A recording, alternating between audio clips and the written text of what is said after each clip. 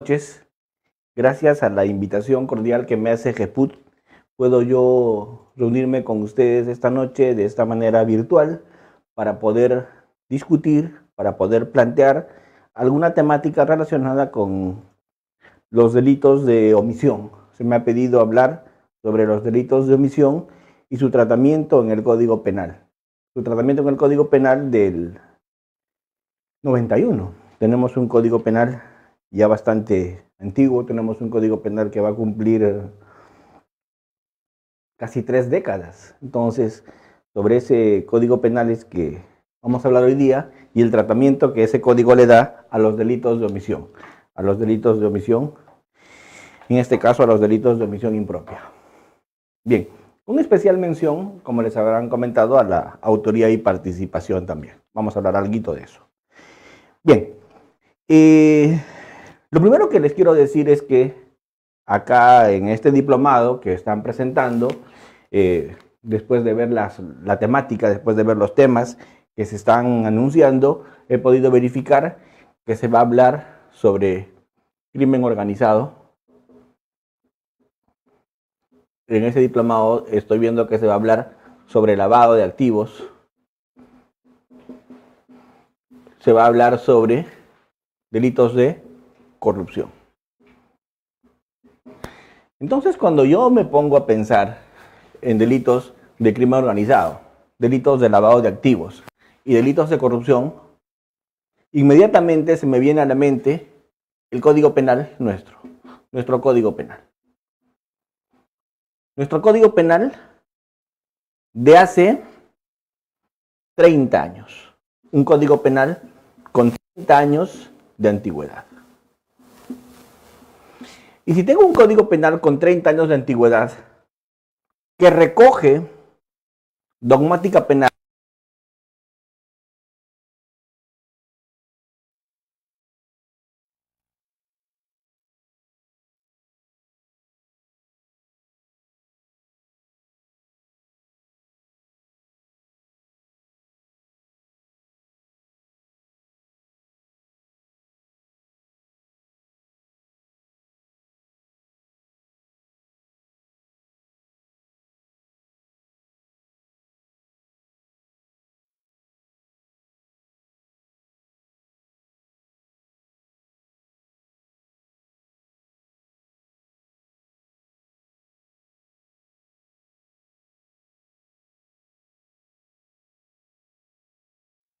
pero en el año 91 recién entra en el Código Penal. Por lo tanto, nuestro Código Penal no está pensado en el delito de lavado de activos. El fenómeno de la corrupción, si bien es cierto ha existido desde siempre, es un fenómeno que se ha puesto bastante fuerte en las últimas décadas. El tema del crimen organizado es un fenómeno que tenemos hoy día nosotros como una amenaza mundial, como una amenaza global, pero este fenómeno del crimen organizado es un fenómeno que no se ha dado sino en este siglo. No se ha dado sino en este siglo. Entonces, si el tema del crimen organizado es un fenómeno que se ha dado recién como fenómeno preocupante en este siglo, si bien es cierto ya profesores de la talla de Silva Sánchez decían, allá en el año 89, Silva Sánchez lo decía cuando escribió su libro La expansión del derecho penal, que el crimen se va a organizar, que el crimen se va a globalizar, que el crimen va a tener finalidad económica y va a ser muy complicado perseguirlo, ¿cierto? Entonces, si tengo este tipo de fenomenología, llámese crimen organizado, delitos como lavado de activos, delitos como tráfico ilícito de drogas, tengo que esta fenomenología delictiva siempre va junta, porque cuando hay corrupción hay lavado, cuando hay tráfico hay corrupción, cuando hay tráfico hay lavado, y todos estos delitos se cometen en un crimen organizado. Esta fenomenología va junta, porque no es posible entenderla de una manera aislada, de una manera separada, es una fenomenología que va junta. Si tenemos esta fenomenología que va junta, lo que se me viene a la mente es nuestro Código Penal. nuestro Código Penal, ¿está preparado para asumir esa fenomenología? Yo creo que no. Porque, como repito, nuestro Código Penal tiene una visión causalista. Por ponerles un ejemplo, cuando hablamos de un tema que me han pedido hablar hoy día algo, cuando hablamos de autoría y participación, estamos hablando del artículo 23, del artículo 24, del artículo 25, del artículo 26, del artículo 27 del Código Penal. Y estos artículos, ¿qué me regulan? Me regulan los que conjuntamente, el que determina a otro, el que ayuda, incomunicabilidad de circunstancias, actuar por otro. Entonces esto está pensado en conductas activas. Está pensado en conductas activas. Está pensado en conductas de hacer. Está pensado en conductas de hacer. Está pensado en conductas activas. Está pensado en conductas de hacer. ¿Por qué? Porque en el causalismo se pensaba en la causación natural de un resultado. Se pensaba en la causación natural de un resultado. Cuando estábamos en tiempos del causalismo, esta autoría y participación de nuestro Código Penal, que habla de un autor directo, que habla de un autor mediato. Yo el Código Penal me lo sé casi de memoria. Y el Código Penal nos dice el que por medio de otro, los que conjuntamente, ¿qué está hablando ahí? Coautoría, autoría inmediata, autoría directa. O el que determina a otro. ¿De qué me está hablando? De instigador. O cuando me dice el que coopera, colabora. Cómplices. De una manera indispensable, primario. No indispensable, cómplice secundario, etc. Me está hablando siempre desde un punto de vista de una causación de un resultado. Por lo tanto, yo me atrevería a decir que toda nuestra autoría y participación está basada en causación de resultados. Nuestra autoría y participación está basada en causalismo. La pregunta es, en este último siglo, en el siglo actual, en nuestro siglo, ¿de qué estamos hablando en nuestro siglo? ¿Estamos hablando de conductas activas? Sí, también. Pero sobre todo en este siglo ya se empieza a hablar mucho, de conductas no solo activas, sino sobre todo de conductas de omisión, de conductas omisivas. Cuando hablo de una omisión, no estoy hablando necesariamente de un hacer, sino yo estoy hablando de un no hacer. Estoy hablando de una omisión. Y cuando hablo de una omisión, ¿qué es una omisión? Una omisión es un incumplir un deber. ¿De acuerdo? Una omisión es un incumplir un deber. Cuando hablo de una omisión, estoy hablando de un incumplimiento de un deber. Toda omisión me trae un incumplimiento de un deber. ¿Cierto? Hay alguien que define la omisión y me lo define como un no hacer. La omisión es un no hacer. Y me dicen que hay delitos de acción y me dicen que hay delitos de omisión. Los delitos de acción son delitos de hacer y los delitos de omisión son delitos de no hacer. Sin embargo, eso no es tan exacto. No es tan exacto. Esto es para darnos una idea, seguramente a nivel de pregrado. Seguramente cuando estamos acercándonos al derecho penal, con esto nos podemos dar una primera idea, a través de una acción o a través de una omisión. ¿Sí? Pero cuando hay una omisión, no es tanto un no hacer. O sea, no es que en casos de conductas omisivas, el sujeto no haga nada. En conductas omisivas el sujeto sí hace algo. Sí hace algo. Pero hace algo distinto a su deber.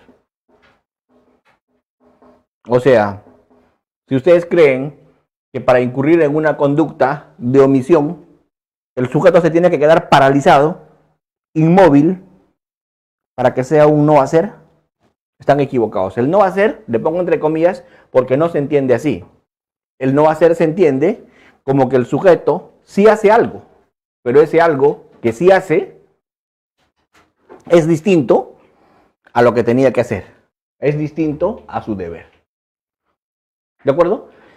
Entonces, hoy día, cuando hablamos de omisión, estamos hablando de alguien que hace algo distinto a su deber. Y haciendo algo distinto a lo que tenía que haber hecho, haciendo algo distinto a lo que la ley le obligaba a hacer, va a incurrir en delito. ¿Por qué?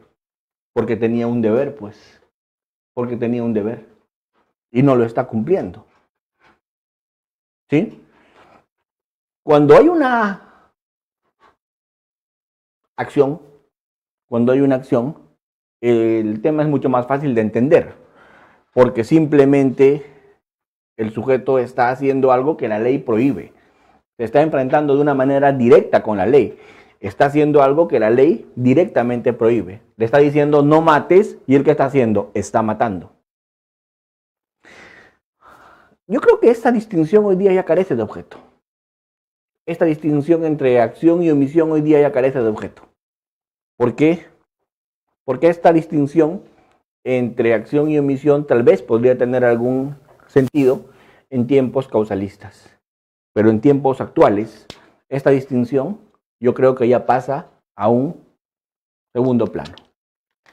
En tiempos causalistas, cuando hablábamos de causalismo, lo que se buscaba era encontrar la causa desde el punto de vista natural.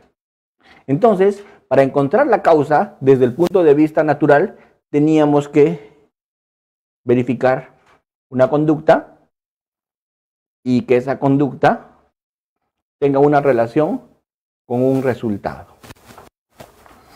¿Cierto? Una conducta que tenga relación con el resultado.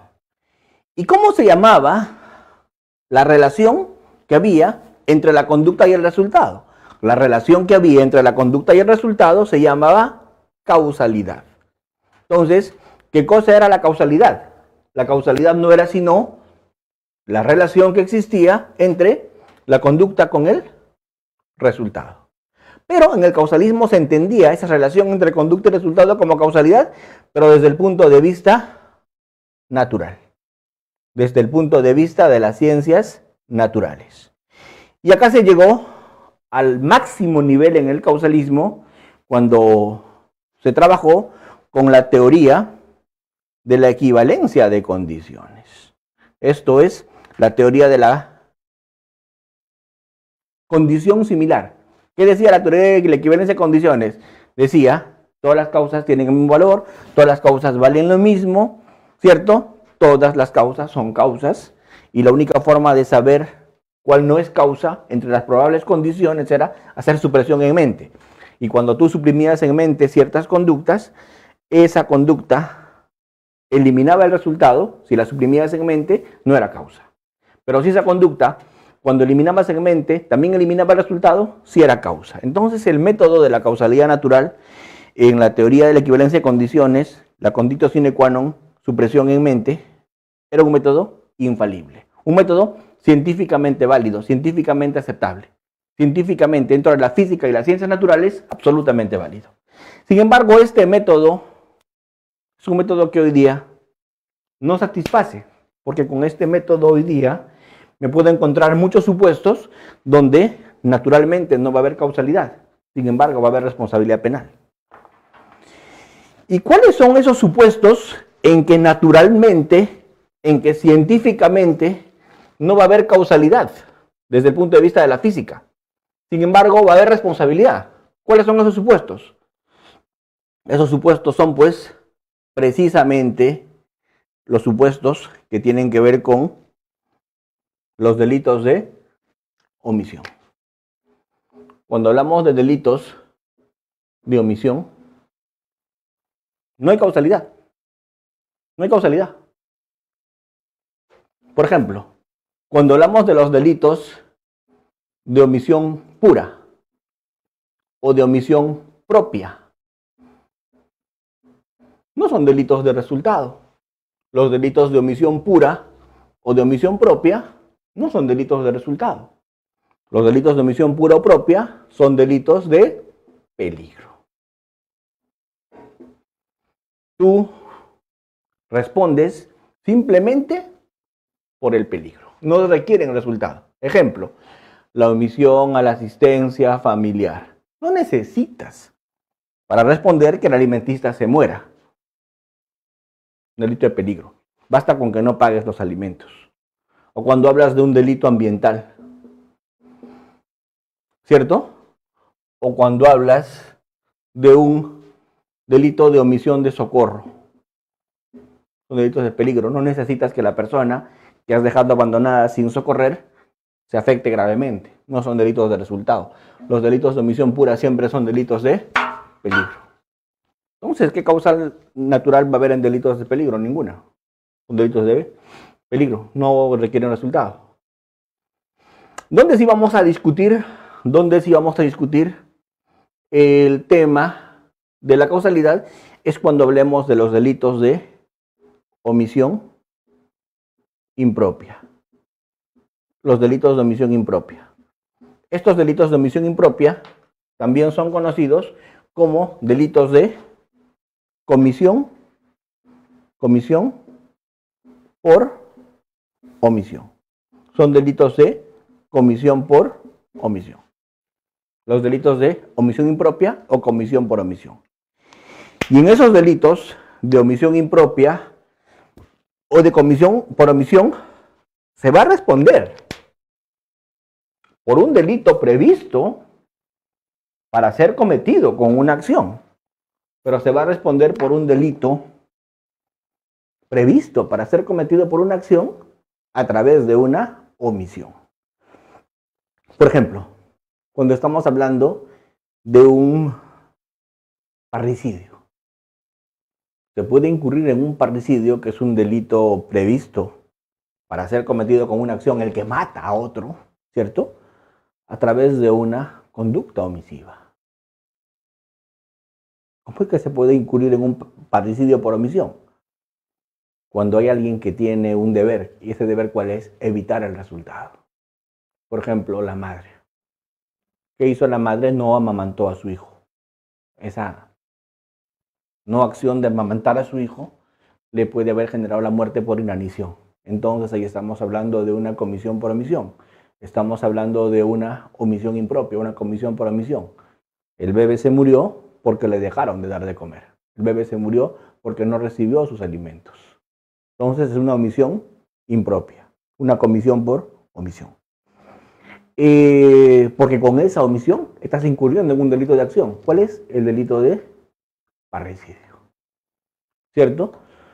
O el lazarillo, al que se le ha confiado, que guía al ciego, y el lazarillo no hace nada para evitar que el ciego se meta en la pista y lo atropelle el metropolitano. Entonces allí ese lazarillo, con una omisión, no es que el lazarillo empujó al ciego para que caiga debajo de las llantas del metropolitano. Lo que hizo el lazarillo fue no evitar que el ciego cruce. Y cuando no evitó que el ciego cruce, el ciego murió. Entonces ahí estamos en un supuesto de omisión impropia o de comisión por omisión. Porque con un no hacer se ha incurrido en un delito previsto para ser cometido de acción. El Código Penal, en el artículo 13, me regula esto. El Código Penal en el artículo 13 me regula esto y me dice que esto pasa, que se responde por un delito previsto para ser cometido a través de una acción, ejecutando una omisión, o sea, incurriendo en una omisión, cuando se tiene un deber. ¿Y cuál es ese deber? El deber es de garante. ¿Qué es un deber de garante? Es un deber de evitabilidad, un deber de evitar el resultado. ¿Quién tiene un deber de garante? Un deber de garante tiene alguien en quien la sociedad confía, alguien en quien el Estado confía y le ha dado una confianza especial. ¿Para qué? Para que precisamente evite ese tipo de resultados.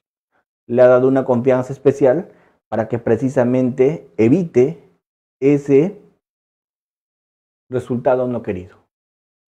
La sociedad confía en las mamás para que los bebés que recién nacen se alimenten. La sociedad confía en los funcionarios públicos elegidos para que cuiden el dinero de todos los peruanos.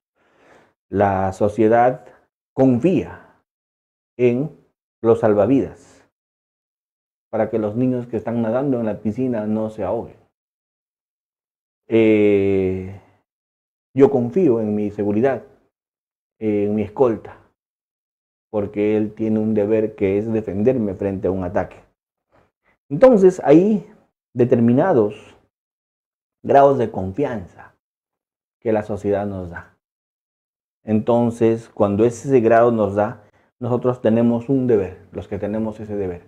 Y ese deber es de evitar esos resultados que nos han pedido que evitemos. Y cuando somos garantes, tenemos pues ese resultado que evitar. Resultado que evitar. Ese resultado no se debe producir porque nosotros estamos para evitar precisamente que ese resultado se produzca. Cuando nosotros creamos un peligro, cuando tenemos un actuar precedente que genera un peligro, ese actuar precedente que genera un peligro nos va a obligar como seres humanos a asumir cualquier nivel de consecuencias que tenga el hecho de haber actuado de esa manera, haber creado un riesgo no permitido. Entonces ese actuar precedente me va a volver garante. Y me va a volver garante y me va a dar el deber de evitabilidad. Entonces estos delitos de omisión propia o de comisión por omisión parten de una premisa. ¿Y cuál es esa premisa? El incumplimiento de un deber. ¿Qué deber? El deber de garante que se tiene y no se cumple. El deber de garante que se tiene y no se ejecuta. ¿Quién tiene un deber de garante? Alguien al que la ley le da ese deber. Un funcionario público, a un papá, a una mamá. La ley le da ese deber. ¿Quién más tiene el deber de garante?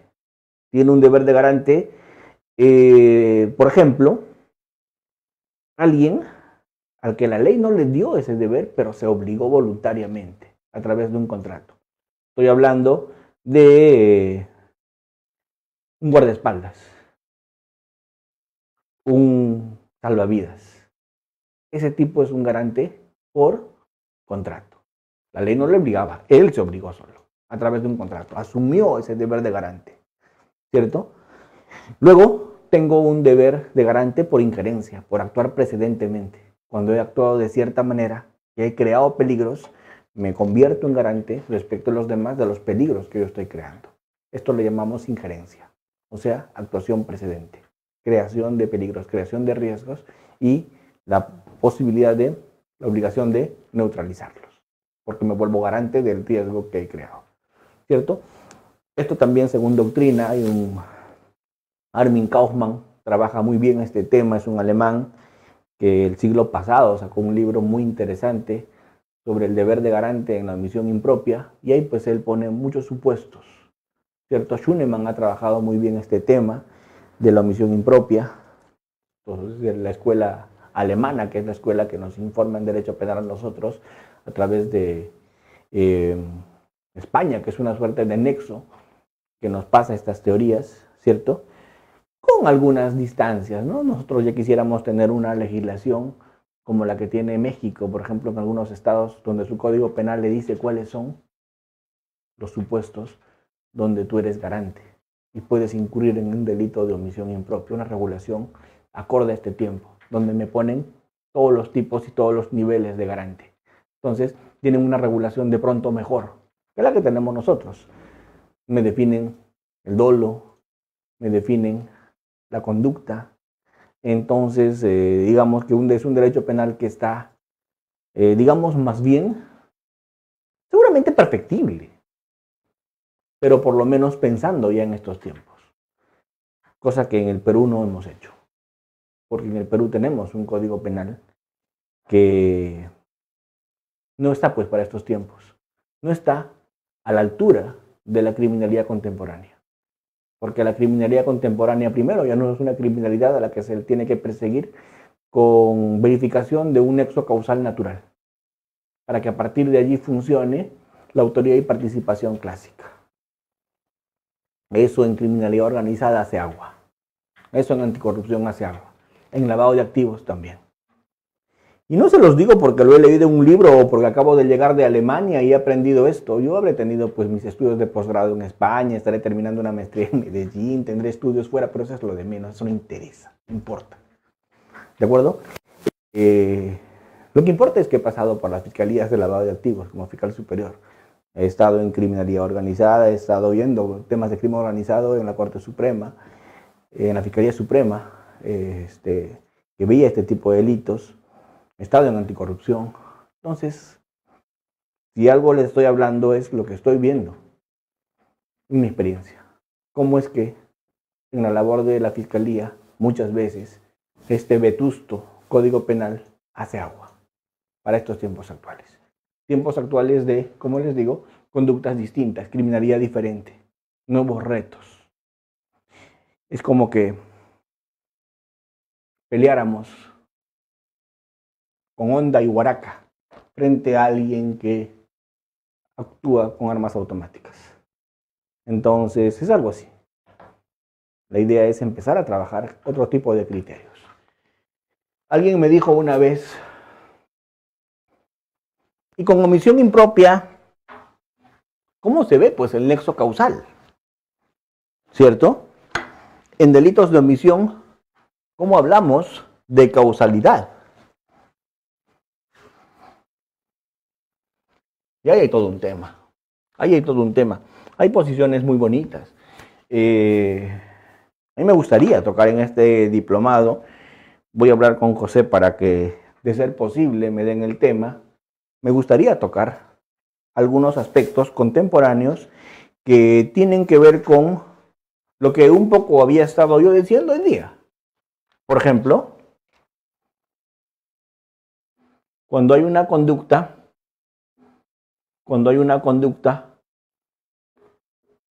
de omisión. Cuando hay una conducta de omisión.